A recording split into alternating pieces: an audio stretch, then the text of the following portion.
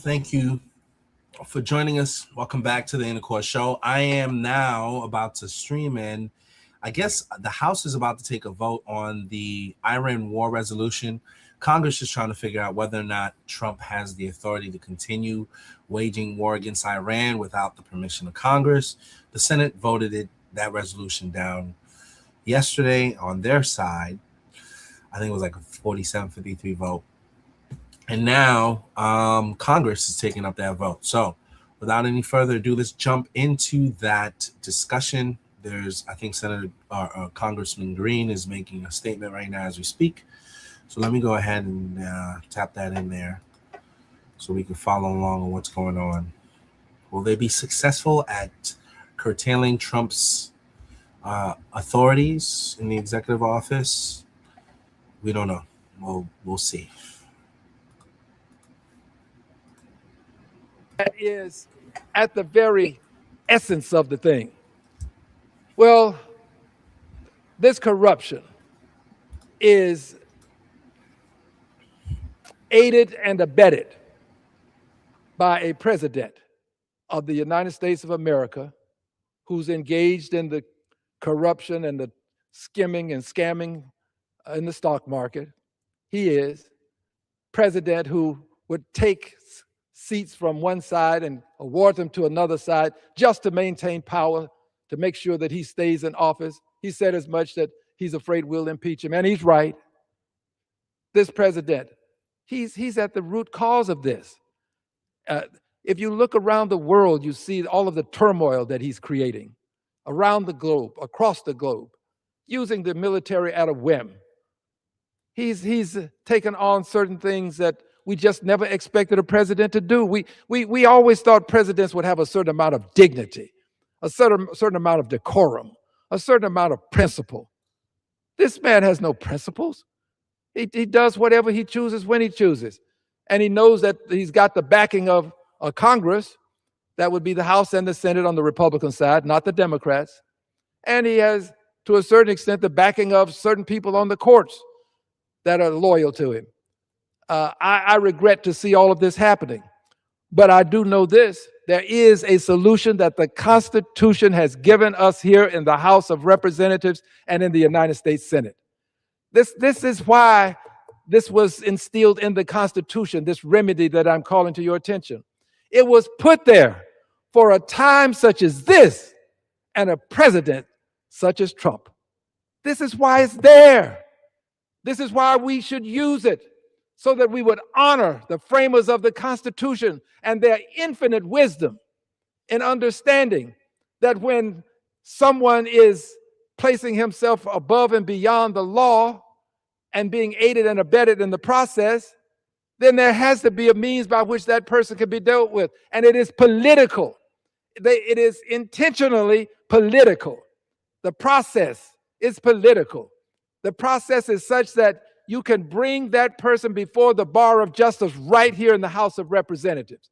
And when that person is brought before the bar of justice here in the House, every member has a vote. And do not let people calling themselves constitutional scholars try to convince you that it is anything more than what President Gerald Ford said it was. President Gerald Ford said this process is something that is lawful whenever 218 members say it is, assuming that that's the majority on a given day. Whatever the majority says it is in the House, there is no appealing the decision of the House. No member has to say why they voted the way they voted. You vote your conscience with this process. And when you vote your conscience with this process, if you vote to do as they did in a bygone era with Andrew Johnson, as they did with him, they voted to impeach him because he spoke ill of the House of Representatives. So don't let people convince you that it has to be something that is more than what the will of the House says it is, because it's not appealable. It is comparable to an indictment in the House. Not the same, but comparable. And then if this process functions as it should, it goes over to the Senate. And then the Senate takes up the process. And the Senate can try the president And if the president is convicted, the president can be removed from office. Now, this process, you've been wondering what it is, I'm sure. This process is one that we have a countdown on, and I am absolutely committed to it. There is a countdown to impeachment. Impeachment is the process. This is what the framers of the Constitution accorded us for a time such as this and a president such as what we have. Impeachment. There is a countdown to impeachment, and yes, Mr. President, quake in your boots, because I will tell you the truth. You will be impeached. We're laying the foundation for it right now. You're going to be impeached again. And there are people who would say, well, if you can't get him convicted in the Senate, why impeach him in the House? Because we want posterity to know that the House of Representatives did its job. Let the Senate then have the opportunity to do their job. We send bills to the Senate all the time that we know the Senate won't pass. We do it all the time.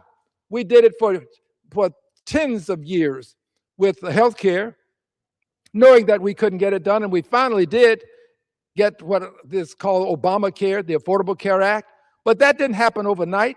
Many times we sent legislation over to the Senate that doesn't pass, and we do it now. But when it comes to impeachment, the persons who don't want to see it will say you shouldn't use that same paradigm. You shouldn't send it over unless you know the Senate's going to take it up and pass it. Well, if that's the case, we wouldn't send most of what we send over to the Senate right now, because we can't pass it, and Senate won't take it up for whatever reasons. And I'm talking about from the Democratic side. So we should not allow that to become the acid test for whether we're going to do the right thing. The right thing to do is to impeach him right here, send it over to the Senate, and give the Senate an opportunity to act. I'm committed to this process. I do it as a matter of conscience. I do it as a matter of conscience. I do it because I believe that we shouldn't allow this country to just go down the tube, or down the drain. I don't want to see my country on the trash heap of history. This is a great country, and it can be great if we remove the stain from its conscience that the president has imposed upon it. This is our time. We are the people, and we can change this, because this president is truly unfit to hold the office that he holds. And there are people who would defend him to the nth degree. And I cannot understand how you can see all that is happening to this country and still defend this president's actions. We now have found ourselves devolving into authoritarianism, and then what lies beneath authoritarianism? One person rule. One person rule, meaning more so than one person with cohorts. One person alone ruling a country that extols liberty and justice for all. Government of the people, by the people, for the people. That's where we're headed. I stand in the way with some others. I don't stand alone on this. There are others who are with me. But the people in this country are going to rise up and demand impeachment. In fact, they're already doing it. They're just waiting on us to catch up. Well, I'm going to help us catch up. There is a countdown to impeachment, and I'm guaranteeing you, I'm assuring you, that there will be additional articles of impeachment brought before this House of Representatives, and I do it as a matter of conscience. And I do it knowing that there are people who are going to spend all kinds of money to prevent me from doing it. Let them spend. But I will leave, if they do succeed, knowing that I gave it my best. Every day that I was here, I gave it my best, and I pledge to you, you will continue to get my best. God bless you. God bless the United States of America. The countdown to impeachment continues. I yield back. The gentleman yields back. Members are reminded to refrain from engaging in personalities toward the president. Under the Speaker's announced policy of January 3rd, 2025, the gentleman from Texas, Mr. Roy, is recognized for 60 minutes as the designee of the Majority Leader. I thank the Speaker. You know, this past weekend in Austin, Texas, near where I live, we had a tragedy where an individual shot a bunch of Austonians, including several University of Texas students, at a bar on what we call West 6th Street, in an area that I frequented often when I was in law school, a little less often these days, but it's an area that's a fairly normal place for people to go, not generally perceived as dangerous. And this past Saturday night, early Sunday morning, even as I believe I was returning home from San Antonio Rodeo, where I'd been there, I wake up in the morning to find out that there were 3 people who had been killed, and one of whom was a shooter, and then later a 4th person would die, a 3rd victim. And it was an unnecessary, senseless act, but it's compounded by not just normal violence, but why this individual was here in the first place. And I think we've got to wrestle with some serious questions about who we allow into this country and why. The individual who killed these students, by the way, there were multiple others who were shot, having surgeries. One young woman, young student who was shot multiple times in her abdomen. Another young man who was shot in his head. So it's not just the 3 dead victims, other people who are hurt, other people who are traumatized by it. And the individual who did it was wearing a Property of Allah sweatshirt. Had a Quran in the back seat of the car that he had traveled in, was wearing an Iranian flag t-shirt under the Property of Allah sweatshirt.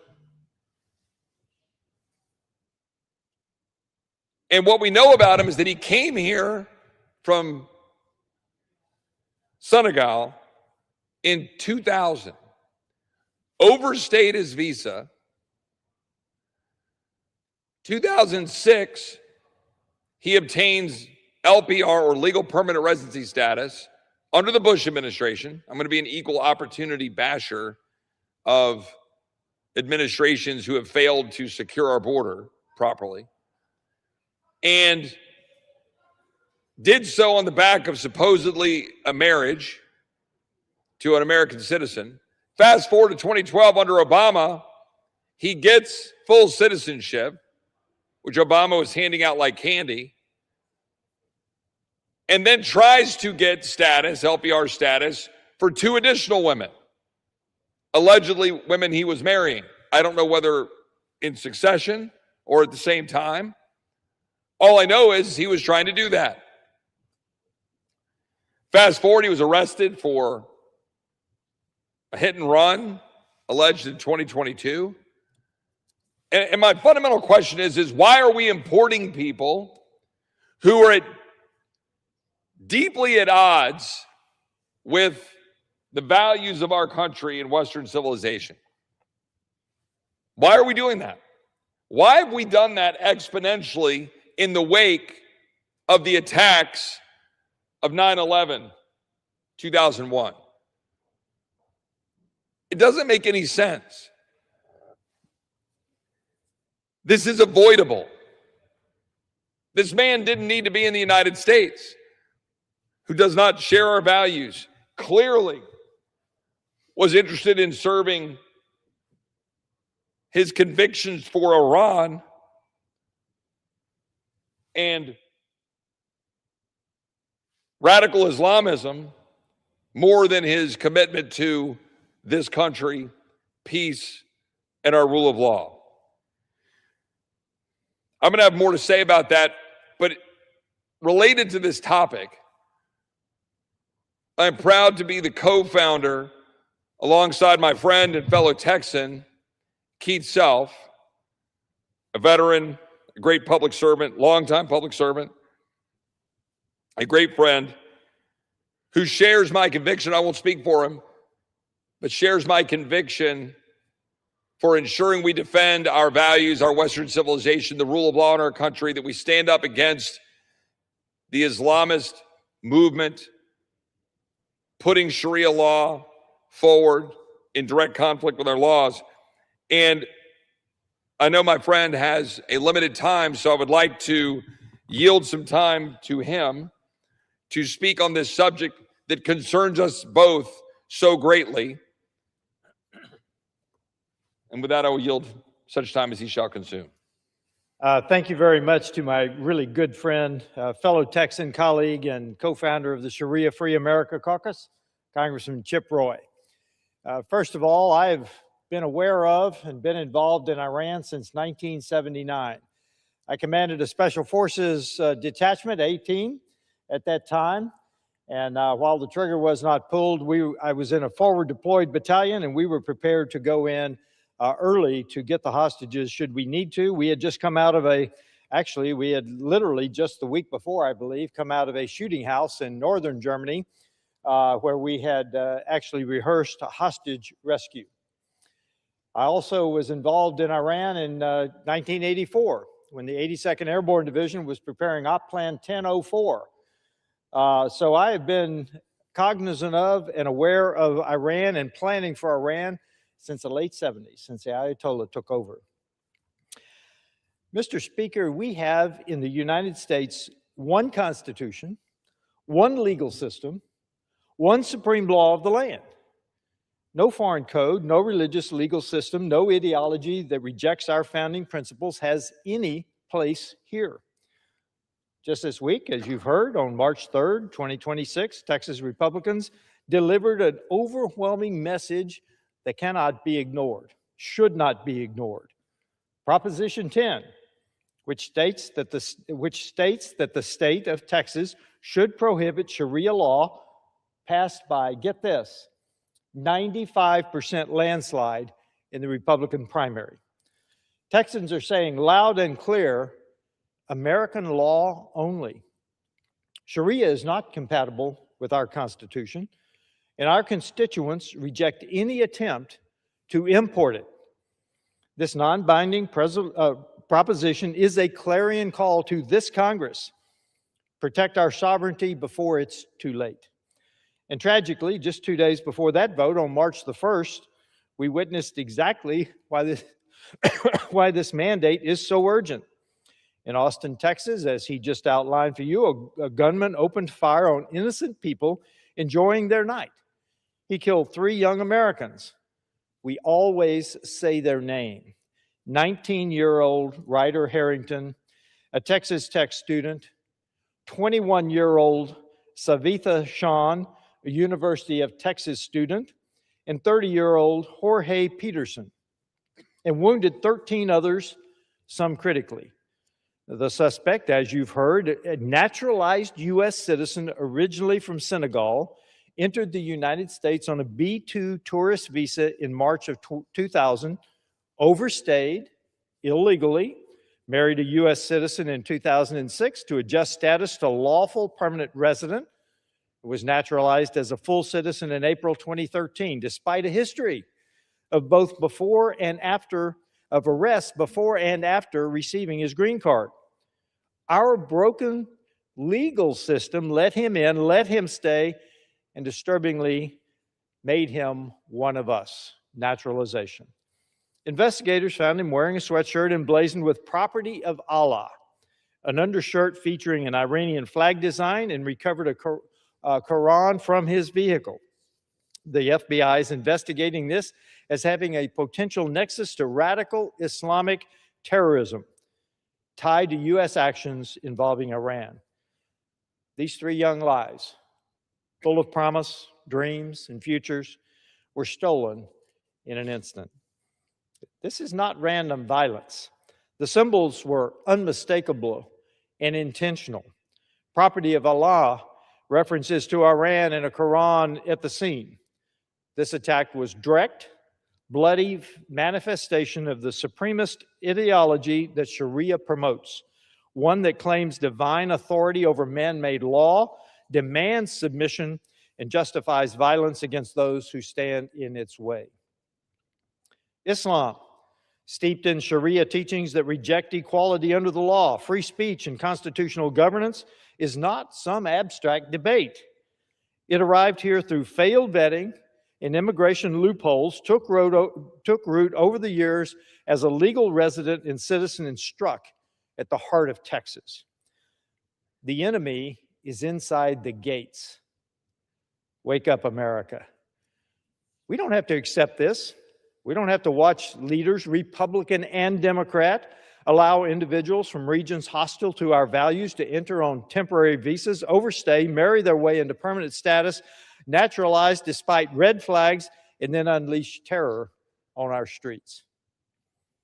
This horror is precisely why Proposition 10 passed with such overwhelming numbers, because Sharia ideology fosters the very extremism that turns foreign loyalties or personal grievances into mass murder on American soil. This brings us to the heart of this matter. Sharia is not merely personal religious observance. It is a comprehensive political and legal system that stands in direct conflict with everything we hold sacred. As Karl Popper warned in The Open Society and Its Enemies, unlimited tolerance must lead to the disappearance of tolerance. If we extend unlimited tolerance even to those who are intolerant, if we are not prepared to defend a tolerant society against the onslaught of the intolerant, then the tolerant will be destroyed and tolerance with them. In the name of tolerance, we must claim the right not to tolerate the intolerant. Although, I admit, we unfortunately have to tolerate the Democrats. Sharia, as a supremacist ideology that demands submission and rejects our freedoms, falls squarely into this category. It refuses to tolerate dissent, equality, or our nation's law. To preserve America's tolerance, liberty, and open society, we must firmly reject and refuse to accommodate Sharia. Unlimited tolerance for such intolerance would destroy the very foundations of our tolerant republic. Sharia includes clear, real-world practices that directly violate our Constitution, such as wife beatings. Although in America, you are prohibited from breaking your wife's bones. I mean, it's disturbing that we even have to say this. Forced child marriages and child genital mutilation. Death penalties for apostasy, which is leaving Islam, and blasphemy. Harsh penalties like hand amputations for theft, stonings for adultery, and public floggings, and systemic inequality. Women receive only half the inheritance of men, their courtroom testimony counting as half a man's value, and non-Muslims treated as second-class citizens. Sharia explicitly asserts supremacy over man-made law, explicitly, directly contradicting we the people and the very foundation of our Constitution. The Austin attack is a tragic, real-world illustration of what happens when elements of the supremacist ideology take hold here. We cannot afford to ignore the warning signs any longer. That is precisely why Congressman Chip Roy and I launched the Sharia Free America Caucus. It has grown rapidly to dozens of members, now 46 strong, from across the country representing 22 states. The caucus's mission is clear. Ensure Sharia never gains a foothold in America. Protect the Constitution as the supreme law. Secure our borders against ideologies that refuse to assimilate, and defend Western civilization. We will not surrender our freedoms. I urge every colleague, Republican and Democrat, who believes in American sovereignty to join us. Mr. Speaker, the American people expect us to defend the Constitution against any ideology that seeks to replace it. Let us pass legislation affirming that no court may consider Sharia or any foreign religious code. Let us strengthen vetting to keep out those who adhere to Sharia. Let us advance the Pause Act to freeze immigration until our system is secure. And let us stand with the Sharia Free America Caucus and declare once and for all, America must be made Sharia free. So, Mr. Roy, I represent a district in North Texas. You represent a district in the Hill Country. How bad do you think the Islamization of Texas is for a dialogue? Yeah, I think my friend who has very well laid out the extraordinary problem we have as a country if we allow Sharia law to take root. People say, well, yeah, just dismiss it. It's not a big deal. This is just a problem in Europe. You hear that all the time, right? Absolutely. And the fact is, it's a real problem here. And it's not just Dearborn, Michigan, where some people get some headlines. It's not just New York City right now, where you now have Mayor Mamdani and, prayer calls in the middle of Manhattan. We have, and I'll let the gentleman expand upon it, 300 plus mosques and more mosques being built every year in the state of Texas than any other state in the union. We have Epic City, which you can comment about in your own backyard. We have a massive Islamic center in Houston, a massive Islamic center north of Austin, an Islamic center in West Campus. You say, well, Chip, why is that a problem? Right? People can believe what they want to believe. They can build these things.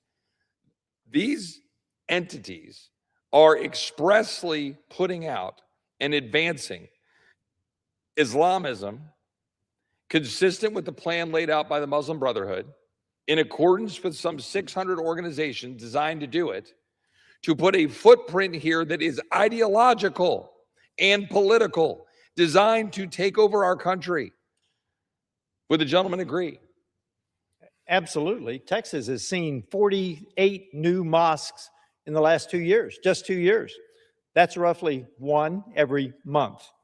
This is the fastest pace in the nation, and it reflects rapid Muslim growth in suburban areas like DFW, where I live, Houston, which is closer to where Chip lives. And frankly, it's not just in Texas. I was told by one of our North Carolina members just today that in his district, they plan to build the largest mosque in this hemisphere, I believe is the way he characterized it. So no, it is not just in Texas, but Texas is ground zero. My district, I believe, Chip, is ground zero because of this Epic City, because of the mini mosque. Epic City was going to be a 400 plus acre compound, Muslim only. And if you invested a certain amount of money, then you might be able to buy a plot of land, you might be able to build a house, but when you sold the house, you had to sell it to the right person using contract law, using our own freedoms, our own legal system against us. Is the gentleman familiar? I know he's got to leave here in a minute. Is the gentleman familiar with areas in and around the Dallas-Fort Worth Metroplex, even nearby your own district, in places like Richardson, in places like Arlington, a little farther away, in other areas, that some of our Texas women in particular, and generally, believed to be no-go zones, where there's areas where they are increasingly feeling uncomfortable, as if they are somehow immersed in the Middle East in areas that do not share our values of equality, of treating people respectfully, the same as peers, and where some of our women feel uncomfortable.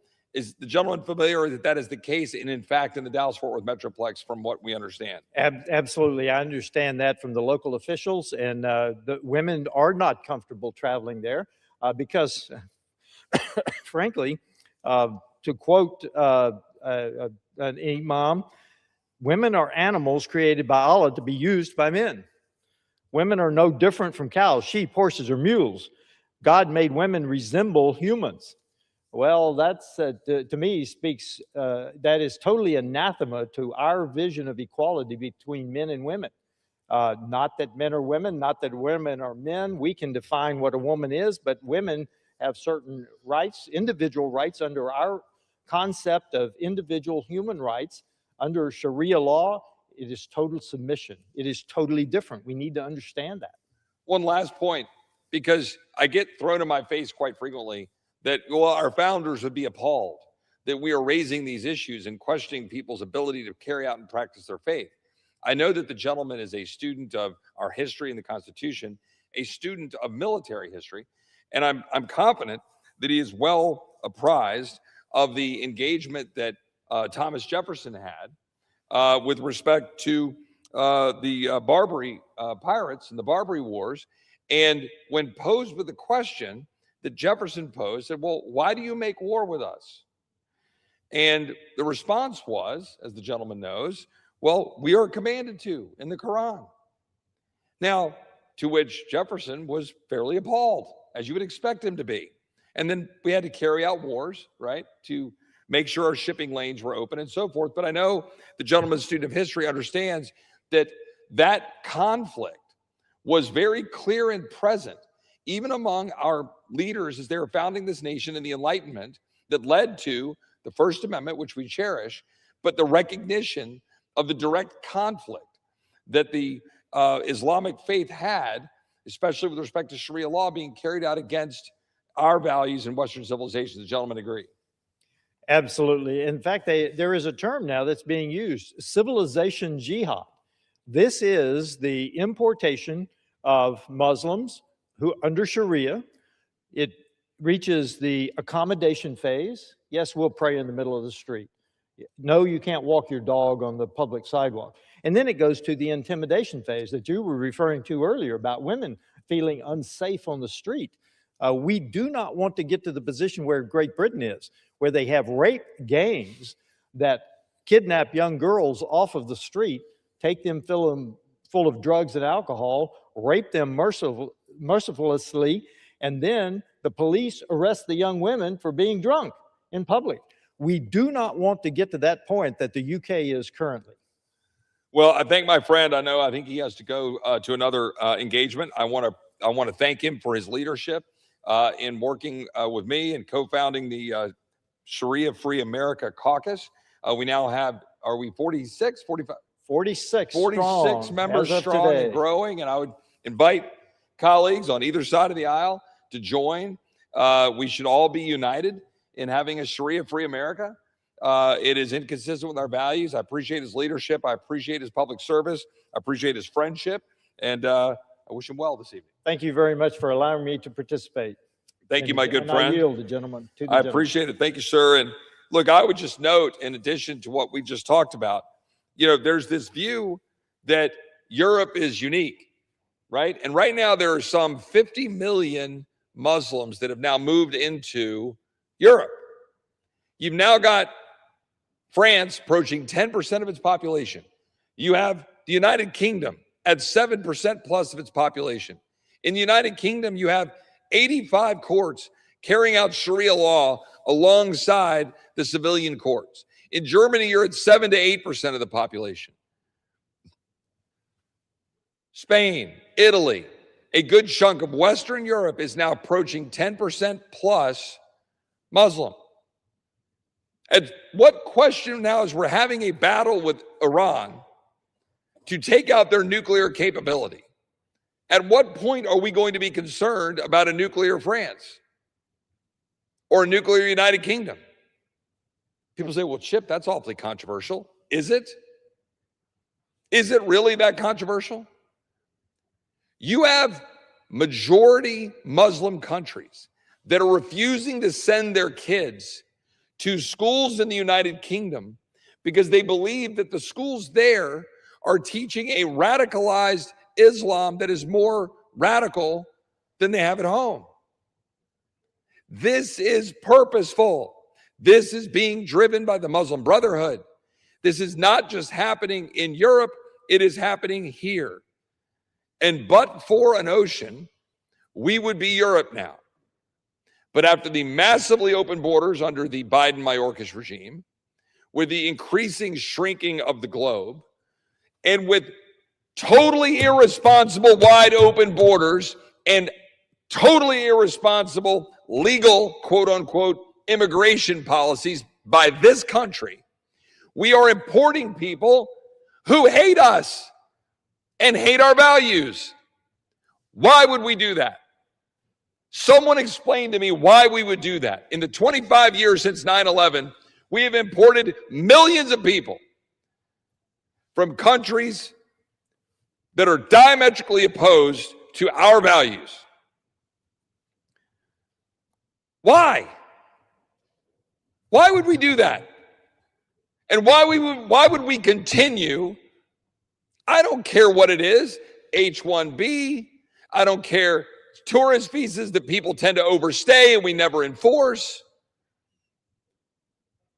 We have massive, rampant abuse of our so-called legal immigration system, and I'm sick and tired of hearing colleagues, and frankly, the administration, Republicans generally, people, governors, they want to go, oh, we love legal immigration. You just got to stop the illegal immigration. Well, of course we should stop the illegal immigration. It's like the basic duty of government. But why would you continue massive, widespread legal immigration from countries that very heavily, largely oppose our way of life and want to transform it? They do not wish to melt into the pot. They wish to take over the country and change it. Stop doing that. This is common sense. But common sense thrown out the window years ago. Everybody lives in this touchy-feely nonsense bull that they were taught in schools to say, well, you know, you just got to open your doors to everybody. Your porch, just have your porch open. Everybody come in. Hold on. Why would you let people in who want to undo what you have? Like when you have people who wish to come here and achieve the American dream, when you have people who come here and want to learn our language, conform with our laws and our society, conform with our customs, conform with our heritage, celebrate and venerate our heritage, support in God we trust, accept our values as we have Moses sitting right here overlooking the House chamber. I'm guessing that Mr. Property of Allah here, who shot up people in my town and killed students at the University of Texas and a Texas Tech student, would not be too excited about Moses overseeing our chamber. Look, we have to make choices. We have 53 million-ish people foreign born in the United States, almost 16%. It's the highest percentage of our population in history. In the 1920s, in 1924 specifically, Congress restricted immigration after a massive explosion of immigration in the late 1800s, early 1900s.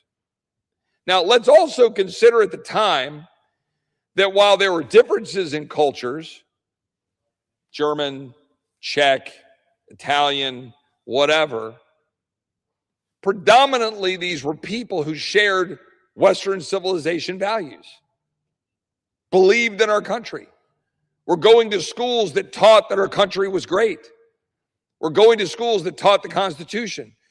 We're going to schools that taught kids English. And at the time, we were trying to build a melting pot.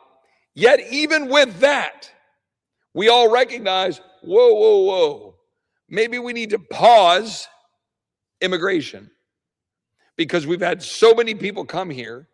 We need a little resettling to ensure that everybody here knows what being an American means. So for the better part of 40 years, we pretty much flatlined immigration, constrained it to negligible numbers. And by the way, during that period, we ultimately were able to win a world war, ultimately have the baby boom post-World War II, grew the economy. And then sometime in the mid-1960s, we opened up the spigot. And we set forward now a 60-year march that's been a massive curve that's now exploded into the 21st century, in which we have brought masses of population into our country, but now increasingly people who flat out do not share our values, and worse, wish to eradicate our values and kill us. Again, to my colleagues who like to yap on the House floor or on news media about how great legal immigration is. Is this great? Is it?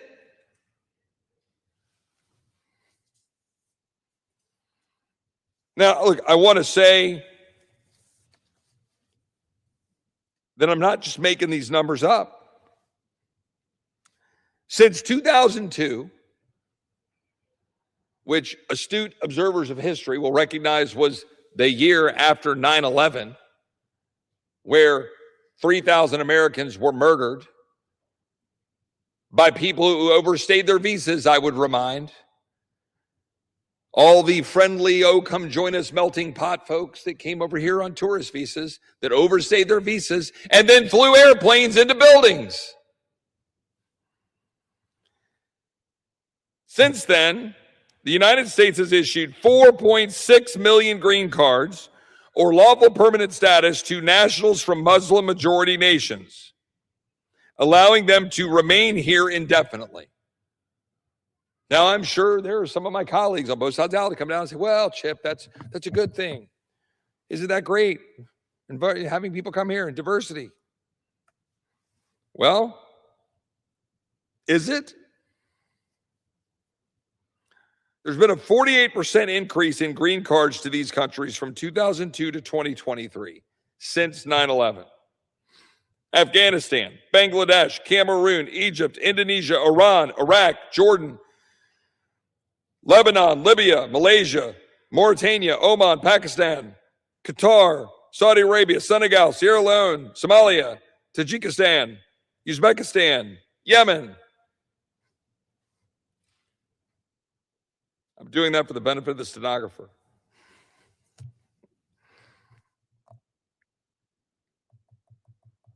Meanwhile, Sharia is exploding. I said, no, it's not. Yes, it is.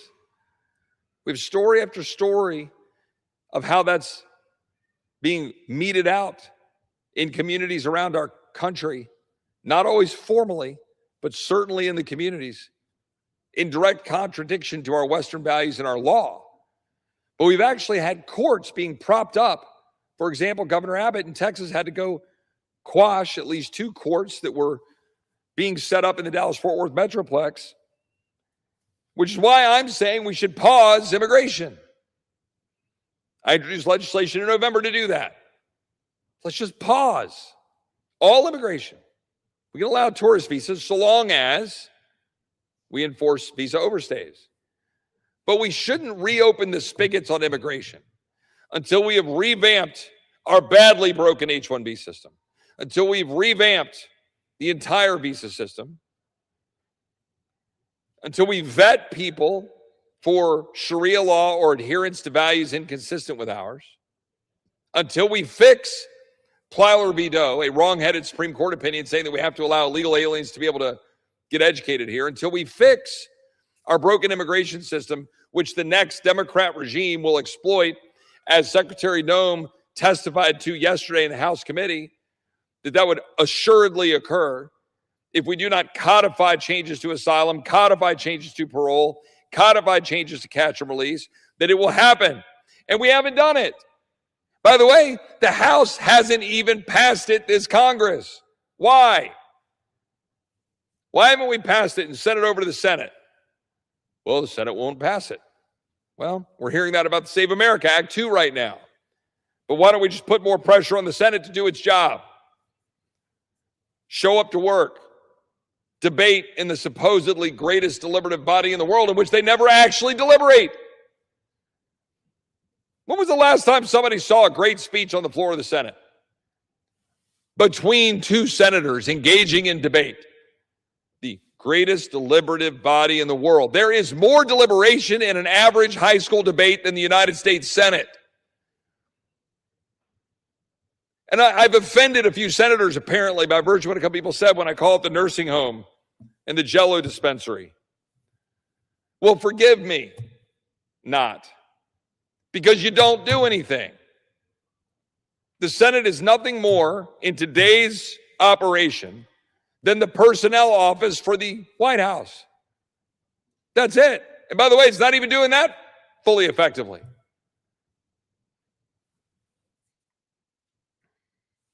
Why haven't we passed the Save America Act in the Senate? Well, Chip, we don't have 60 votes. Does anybody know how the filibuster and the rules of the Senate actually work? 60 votes is one mechanism for shutting off debate. But you actually have to have debate to turn off. Have the debate. Put it on the floor. Oh, but they might offer amendments, and those amendments might be really tough votes for our members. Well, hell's bells. You might have to vote on something in the United States Senate. Who could imagine the horror of running for office to become a vaunted United States senator? And yet, oh no, I might be forced to vote on something. Heaven forbid that the United States Senate Republicans lock together, lock arms, have a strategy, and say, hey, why don't we just table all the amendments? I serve on the Rules Committee here in the House. We get amendments every week, gamesmanship by my colleagues on the other side of the aisle. They offer amendments to put us in a bad position, to run ads against us that we're somehow the devil because we voted against puppies and children and whatever it is. Boo-hoo. Vote no, move on, put a message out. But the Senate won't do it because they're hiding. The United States Senate is hiding behind a fake filibuster, a fake 60-vote threshold that is not real. Put a bill on the floor of the Senate. Allow it to be amended. Table the amendments. Allow the speeches to go. Make them sit there and speak. Make them burn the clock. Make them sit there for weeks on end, telling the American people how they oppose that only American citizens should vote in American elections and that we should have voter ID to demonstrate you are who you are when you vote. Go sell that at home. But the Senate continues to hide. Say, well, we can't do that. We don't have 51 senators. We don't want to upset the filibuster. Chip, you're going to risk the filibuster. False. Fake news. We're saying use the real filibuster. Speak. Invite Mr. Smith to come back to Washington. Allow Mr. Smith to come into the chamber and show you what a real filibuster is. Because it isn't keeping the Senate in a quorum call while you go to fundraisers and steak dinners or go parade in front of the screens on the committees, come down to the Senate floor, have a few votes, and then fly back out after 2.5 days of work in a week. The Civil Rights Act of 1964 was on the floor of the Senate for 3 months. 3 months. They were 25 votes shy of the then cloture vote to shut off debate. I mean, right now, we're, 10 votes shy. Put it on the floor. See what happens. See how many phone calls come into senators' offices. After a week, after 2 weeks, after 3 weeks, you can pull it off the floor. If you got to move something important like DHS funding, if Democrats stop blocking the funding of Coast Guard, FEMA, and TSA. This is not rocket science stuff, y'all. But the Senate refuses to fight. The American people demand that we actually preserve the integrity of our elections. The American people believe that only American citizens should vote in American elections. They believe you should have voter ID. The Senate should act. The House should codify President Trump's executive orders, send them to the Senate, and then the Senate could do another talking filibuster. Man, they might have to show up to the Senate floor and force work. All of these things are related. Wide open borders, crime rates, organizations that are funding it, the advance of Sharia law and the Islamist movement in the United States, all of it is tied to large networks of Marxists and Islamists that are trying to remake the United States of America and undermine everything about our history, heritage, our rule of law, the Constitution, the Declaration. And the question is are we going to continue to remain asleep, kowtowing to corporate America, telling everybody what to do for labor, earnings per share, and the bottom line so they can get better reports from Wall Street? Because that's what's happening. You turn the management of affairs over to corporations.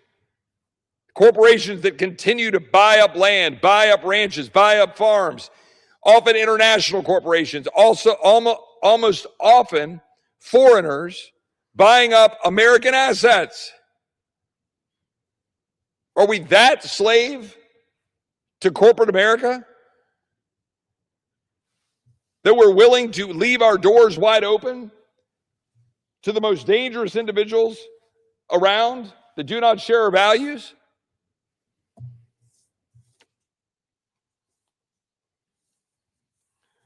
A lot of people think that the Sharia crisis is only in Europe and in foreign countries, that it has not yet arrived here. That is false. It is alive, well, and growing.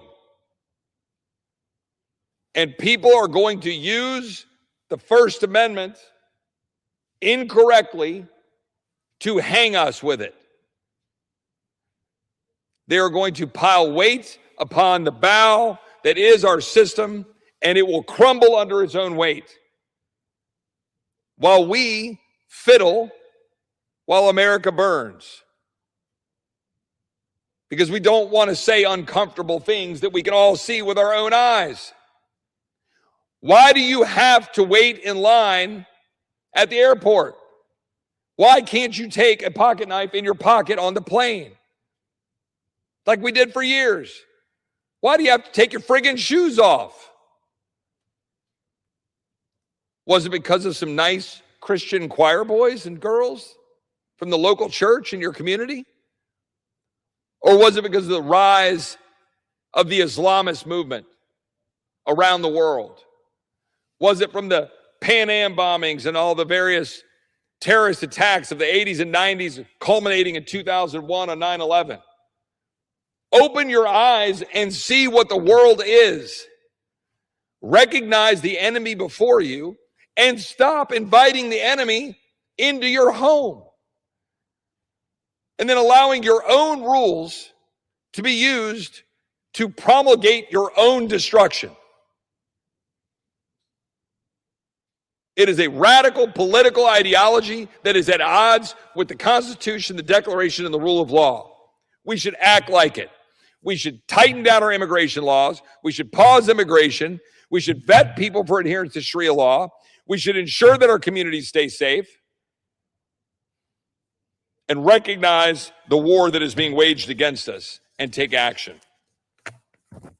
And with that, I recognize that my good friend from Arizona is in the chamber and is no doubt going to regale us with a tutorial on our debt crisis, the extent to which interest payments on the debt, the skyrocketing mountain of debt that is piling up as a result of mandatory spending in particular, demographic changes, our lack of use of great medical technology and other things that will allow us to save money and have a much better healthcare system and save our children from the scourge of debt and the interest payments that I talked about. I suspect he'll say something to those effects. And I think I've filibustered long enough for the gentleman to come. Yeah, sure, of course I will. Of course I will. I no longer have to speak because he just took care of the speech for me. Well, hey, can I always say something though? And with them, I'll turn it over to him because I got to go. But the gentleman, we poke each other and have a little fun. I'm certainly prone to give some speeches on immigration, border security, and other things, come down to the floor. I think the floor should be used. I wish we had actual real debate. I wish we had something other than special orders where you come down here and talk to an empty chamber. I think we should have 10, 20, or 30 of us down here for hours at a time debating serious issues. I think the American people would expect that. That's why I think the Senate ought to actually advance to debate. Don't be afraid of a real filibuster.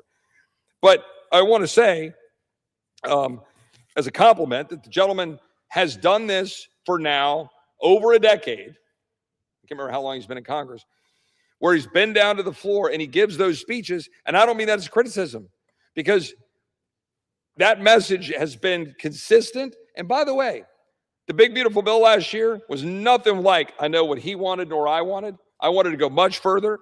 But what we did get in terms of Medicaid reforms, what we did get in terms of spending reductions, $1.6 trillion of reductions and so forth, again, not what we wanted, would never have happened but for the groundwork being laid by people like my friend from Arizona, the speeches he gives on the floor regularly, making the case for how debt, interest, and so forth is killing our country. Gentlemen, yield. I would. The classic problem of you're a brilliant lawyer.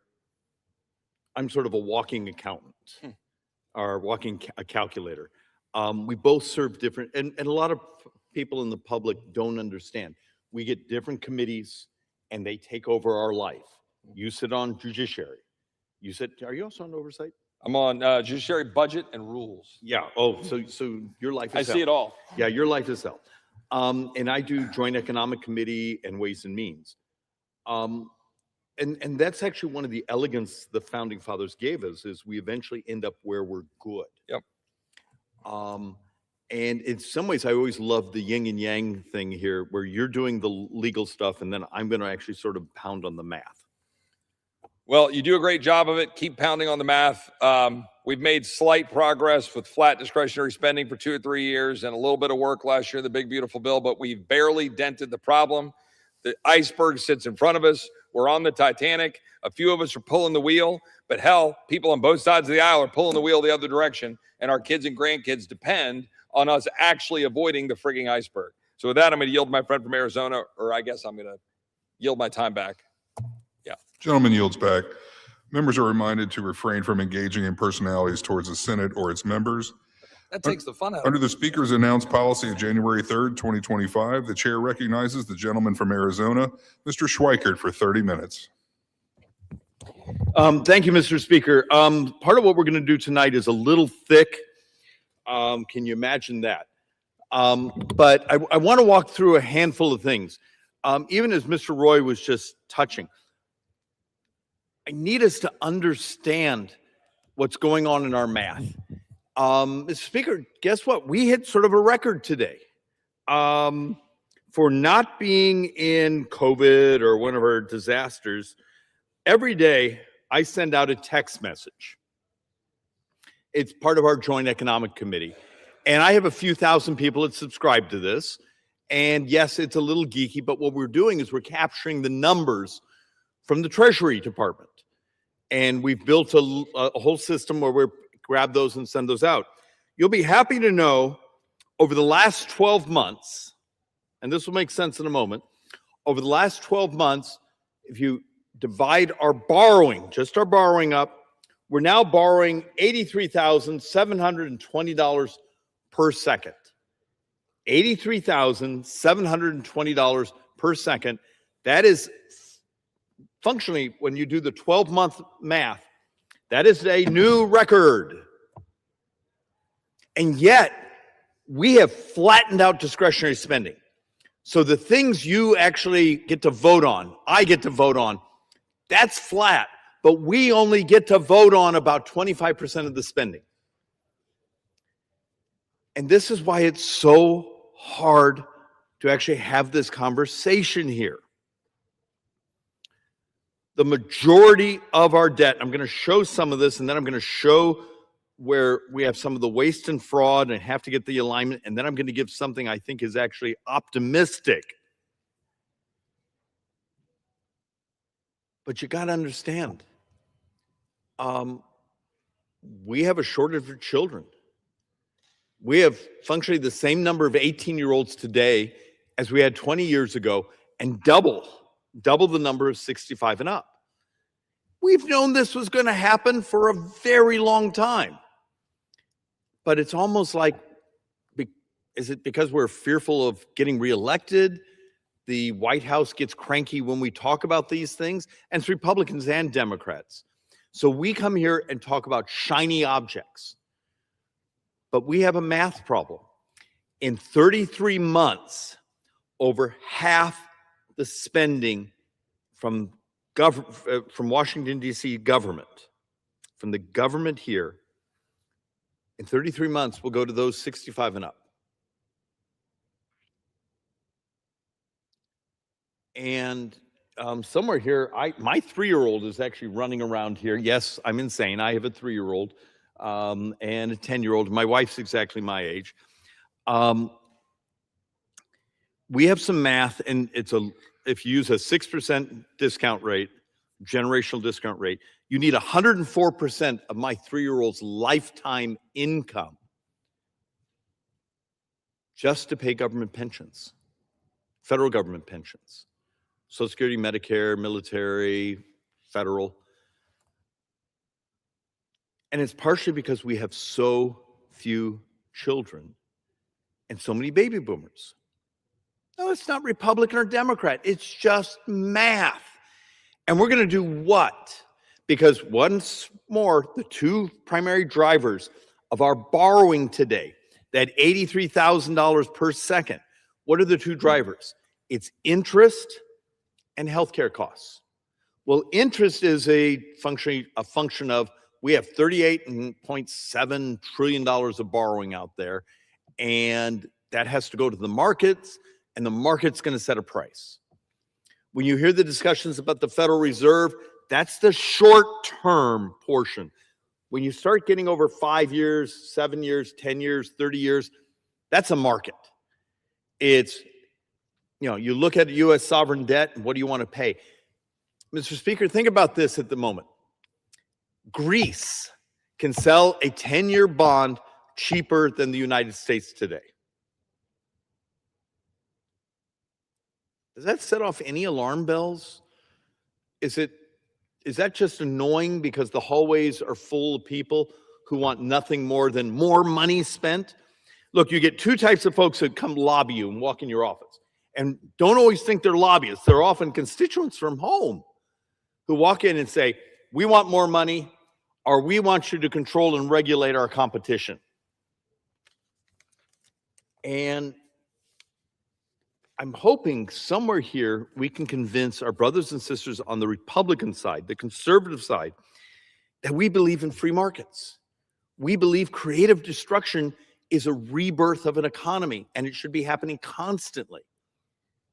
And I know some of the populists don't like that, but the fact of the matter is, if we don't get remarkable productivity improvements, I don't know how we get wage growth.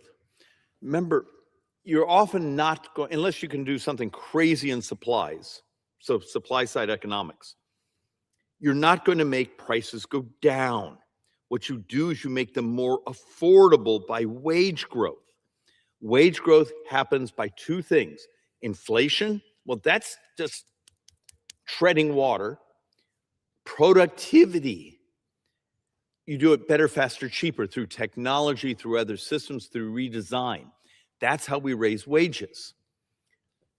But what happens in a world where the estimated share of outlays that we're going to spend in government, so we have an obligation. This society made promises. You turn 65, you get your Medicare. You turn from 62 to 70 or 72, you can actually start to take Social Security. We made promises. If you worked for the federal government, you work for the military, you have pensions. But right now, my demographics, estimated share of outlays by group. So what does this government spend on populations? If you're under 18, right now we spend 7%, and in 2036, it goes down to 6%. But here's the punchline. Right here, this is my 65 up in population. In the next few years, over half of our federal spending will be to those, and look, I'm only a year away now, to those 65 and up. Are we supposed to talk about this? Those are obligations. We owe them. But a point. You see this down here? In 2036, we're down to 12% of federal spending. 12% of federal spending is defense. 52% will be to pensions and healthcare. Do you see the scale? Remember, today, Social Security is the biggest spend, $1.6 trillion. Then what's the number two? What is the number two spend in the federal government? It's not defense, it's interest. Then it's Medicare. Then it's Medicaid and Obamacare subsidies, ACA subsidies. Number 5 is actually defense. Does that, as Chip Roy was just saying, I've been coming behind this microphone for over a decade. And I'm wondering, where are people's intellect? Is it you need the satiation of being angry instead of thinking through the scale? What takes down a republic? I would argue debt and deficits and these financing is what will take us down. And the bond market is now almost in the place where it will run this country. So let's actually walk through a couple more of these and see if we can sort of make the argument so it makes sense. The second half of this chart is, a personal opinion is garbage, but it's a projection. So I want you to just look right here, from this point here, 2025 to 2036. This is actually population of 18-year-olds coming down, because we can actually sort of calculate that right now. You've got to understand, ignore this stuff. By 2036, we have only 4 million 18-year-olds.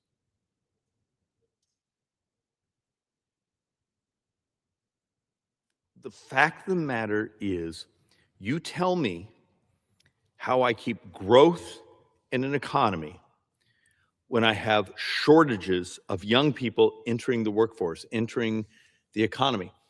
And I've done presentation after presentation. You're going to have to accept technology. You're going to have to accept synthetic biology. You're going to have to accept robots and labor substitution. If you want wages to go up in America and make things more affordable, one of the reasons President Trump has talked about this in many different ways, but the White House and others, we got a population problem. The math right now says the United States is fairly close to zero population growth. Do you remember your high school economics class where they taught you saying, hey, GDP growth is a combination of step-ups in productivity and population growth? What happens when we don't have the population growth? And no, you're not magically going to create an army of new little babies. Bless them. But this is not just the United States. It's all over the industrialized world. And oddly enough, the United States is still much better off than many, many countries. Though France actually has a higher fertility rate than the United States, even when you adjust for their immigrant population.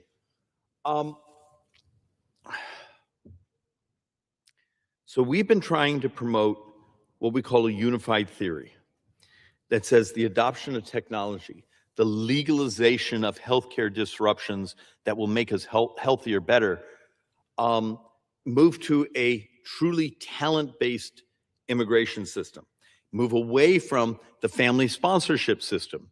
And President Trump has talked about this. Remember, he says it's insane we educate someone and send them home to compete with us. But there's about a dozen things on our unified theory, and you have to do them all at once. And it's one of the reasons I'm not running again. We had an agreement, I had an agreement, that we were going to do a second reconciliation. Part of that reconciliation, we were going to do all these ideas that saved money but didn't take away services. You know, we were going to get rid of the waste and the fraud and the misalignment and way some of the things are scammed. And that became too hard. So now we're back to borrowing. You do realize that $83,000 a second is $7.4 billion a day. And if you want something that's uncomfortable, and maybe I shouldn't talk about this, so that means I'm going to. Doge. I absolutely loved Doge's mission. But once again, you have to be able to execute it. You need members of Congress that are tough SOBs to execute it. When we started Doge, it was going to be $2 trillion. Well, excuse me, when the White House started Doge, it was going to be $2 trillion. Then it fell to $1 trillion. You can go to doge.gov right now. It'll be 200 and some plus billion dollars of identified savings. What have we actually executed? What have we helped them actually execute? About $7 billion. We borrowed more than that just today.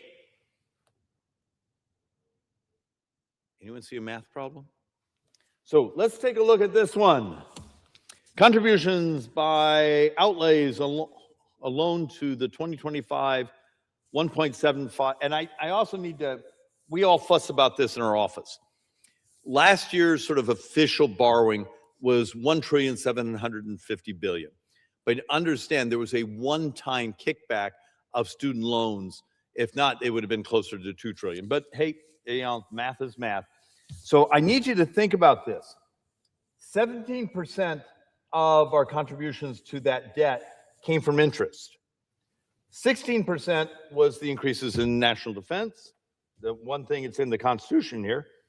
But you start to actually take a look at the biggest spend, 29%, was our benefits to those who are 65 and up. Then you actually get over here, 54 to 64, that's 10%. But when you get to our kids, those under 18, we spent about 8%. Now, when I say spend, this was things that drove borrowing. I'm trying to create a understanding that if we don't get our act together, we have really ugly things happening. 6.5 years from now, the Social Security Trust Fund is empty.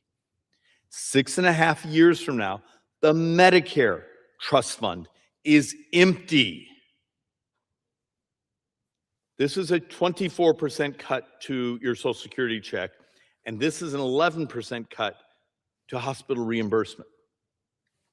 That is 6.5 years from now. And the scale on it, when I get idiots who go, oh, well, just raise taxes. I think the first year, which will be 2033, it would be 600, and if you add them together, 638 billion. So the scale of this is monstrous. How often do you see us stepping up and saying, we're going to start working on this today because it's going to take us a couple of years to figure out how we're going to finance this? Are we just going to pretend? We double poverty of seniors in 7 years. We have a math set that says we'll double the number of baby boomers who live on the street 7 years from now.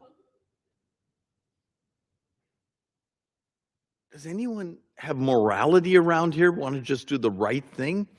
And the idiocy from some of my Democrat colleagues, well, we'll just raise the cap on this and that.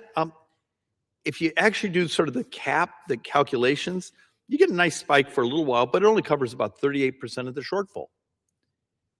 This is not easy. And then many of us come up and say, okay, we got also another math problem. Being on Ways and Means, we're supposed to actually manage the revenues into the state, into this federal government. What happens when we have really good GDP growth, but a lot of that isn't coming from labor. It's coming from capital expenditures. Mr. Speaker, as you already know, we are an income tax-based tax system. We tax your capital gains, we tax your wages, we have then FICA taxes, which are your Social Security, your Medicare, your unemployment. What happens when much of our economic growth is coming from capital expenditures and not the taxes on wages? We're actually sort of seeing the force to have a discussion of how do we finance the future of this government. But are we allowed to do that? It's reality. And so here's a question for anyone who's crazy enough to be watching. And I always find this interesting. I will get some folks who, tomorrow when this thing goes up on YouTube, who fuss, the chamber's empty. It's just the way it is at night. But we're on like 1,000 televisions around the campus, and hopefully there's some poor intern who is stuck having to watch this. But we're probably on several 100,000, maybe 1 million television screens around the country of people that have either you're freaky smart or you have no life and you're trying to find a way to fall asleep and you're watching C-SPAN right now and some guy trying to do a semi-economics and debt and deficit lecture. But for those of you who do care, you start to walk through this math and say, how do you actually deal with the fact that these trust funds go empty in the next couple years and our mix is changing, and yet the groups that make their money trying to... All right, let's do the question. Is borrowing a tax? Mr. Speaker, it's a simple question. Is borrowing a tax? It's money we owe, and we have to pay interest on it. It's a tax paid for by a future generation. Just as inflation is a tax on your savings. But we can hand out things. So last year, for every dollar we took in tax receipts, we spent $1.43. Now this year it's better. With what President Trump did, what we did here, we pushed down some of the spending. We made our first adjustments in Medicaid. And even then, the spending still goes up. It just goes up slower.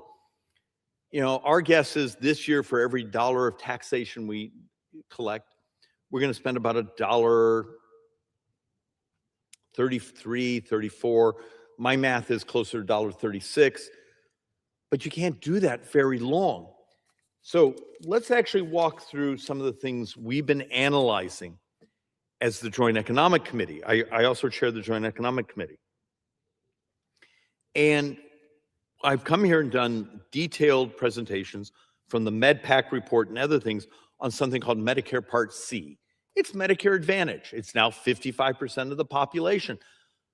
I really, really want to defend Medicare Advantage. I just want it to be more efficient. And we have a math problem.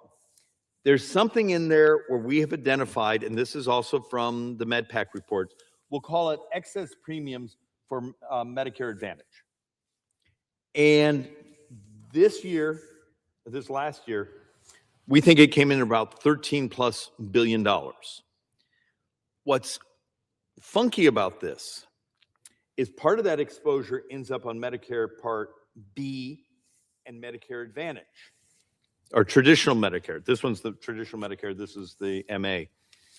And what that means is you're paying it. If you're on Medicare, particularly if you're on traditional Medicare, you're picking up a whole bunch of other costs. And the federal government's picking up about 9.9%. And the states are having to pick up some of the burden also because of dual eligible populations. Dual eligible populations are you're poor enough that if you're on traditional Medicare, Medicaid picks up part of your copays. But this is once again a mistake in the design of Medicare Advantage. we're transferring costs to other populations in Medicare. The punchline here, we had a fight in my office whether I should walk everyone through the whole formula, and I think I would have had no one watching on C-SPAN because it's complicated. But you need to understand, over a couple years, if you're on traditional Medicare, you're basically paying $2,589 more because of this misalignment here, where these costs are being shifted to the Medicare Part B portion. We have a way to fix this. We've offered a piece of legislation that basically takes Medicare Advantage and puts it back to its tradition, where you don't, try to make more money by the risk scores or the star ratings. You put it into the initial bid, and yes, you're going to have to do longer enrollments and those things. So the insurance company invests in making you healthier. And what we see is a healthier Medicare Advantage population uses less, and the companies can make a bigger profit. It's good for society. It's a good win-win. But now you have to make a decision. And this is, I'm speaking more to the Medicare Advantage lobbyists right now. If there's anyone out there watching, functionally zero is the proposal right now coming from the administration. So instead of redesigning the program and getting rid of, let's just call it, I won't call it waste and fraud, we'll call it the misalignment that's been identified in the MedPAC reports, whether they be 20% more than fee-for-service or a future one that may come down to 17%. But that's still, over 10 years, that's like $2 trillion of additional spending. Or you can actually get crammed down here, which is what's coming, or work with offices like ours that want to take the program back to its original design, where these insurers make money by helping their populations be healthier. Or you can basically start to just get undercompensated over and over and over. And once again, let's come back to the basics. If you go back to the MedPAC report, this is just the overpayment portion. This is not some of the other things that are in the MedPAC report that drive us insane. That's $84 billion last year. We will sit here on the floor and fight for hours over a fraction of that, because this is hard to talk about. It's complex, and there's an army of lobbyists to stop us from doing it. But maybe we should learn to do the complex things, because once again, we borrowed $7.4 billion today. So let's do some happy talk. Last Saturday in Scottsdale, we actually did a joint economic hearing, a field hearing. We brought in some incredibly creative companies in the healthcare space. We had one there that has actually come up with a type of multi-cancer detection. I'm still having a little trouble on their technology. They think they can do it with a handful of drops of your blood that you could actually extract at home. And they put it on a plate, and they're looking for a type of peptide. It's not the ones you do when you're bodybuilding, a type of peptide that would help identify different types of cancers. They think they can get this product down to about $150. So you would do a multi-cancer test multiple times a year. We had the gentleman sitting over next to me over here. He's from Dr. AI. If anyone's watching, you're interested, go look. Utah has just done a sandbox with them. So the state of Utah, where the AI is doing renewals of your prescriptions. Why are we all doing that? There's ideas here where you had a revolution to crash the cost of healthcare. There was, Whoop was there, and they were talking about some of the things that are coming in the future, where you can be basically wearing your medical lab on your body. It can talk to the Dr. AI. And then the healthcare provider there knows whether you need to come in or whether it can be prescribed to you just automatically. Mr. Speaker, my point is, if we could get our act together and start being creative and doing the hard things and stop making the technology disruptions, because they're functionally illegal today. You know, allowing AI to prescribe, allowing the wearables. Remember, the newest version of Apple Watch is an FDA-approved medical device for the heart. So just the thought experiment. Within its scope of what it's been medically approved, or excuse me, approved by the FDA, should be allowed to prescribe. Are we ready to start doing things like that? If we don't start telling the truth about the math,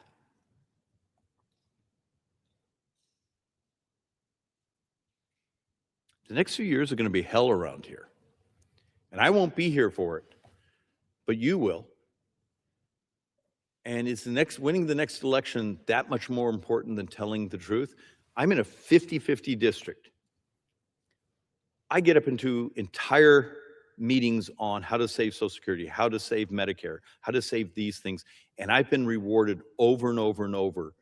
I think I'm one of the most expensive races and losses for the Democrats in all of America. You can win. Treat your voters with respect.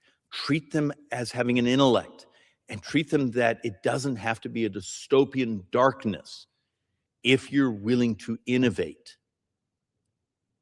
But if you're not willing, it gets ugly. And with that, Mr. Speaker, I yield back. The gentleman yields. The chair lays before the House the following enrolled bill.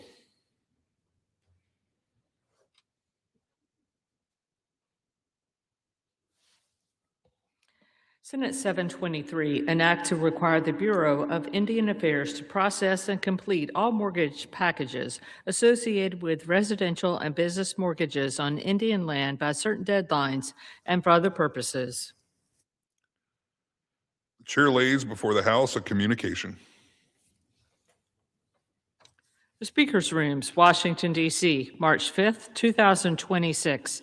I hereby designate the period from Thursday, March 5th, 2026 through Sunday, March 15th, 2026 as a district work period under Clause 13 of Rule 1. Signed sincerely, Mike Johnson, Speaker of the House of Representatives. Pursuant to Clause 13 of Rule 1, the House stands adjourned until 1 p.m. Monday, March 9th, 2026.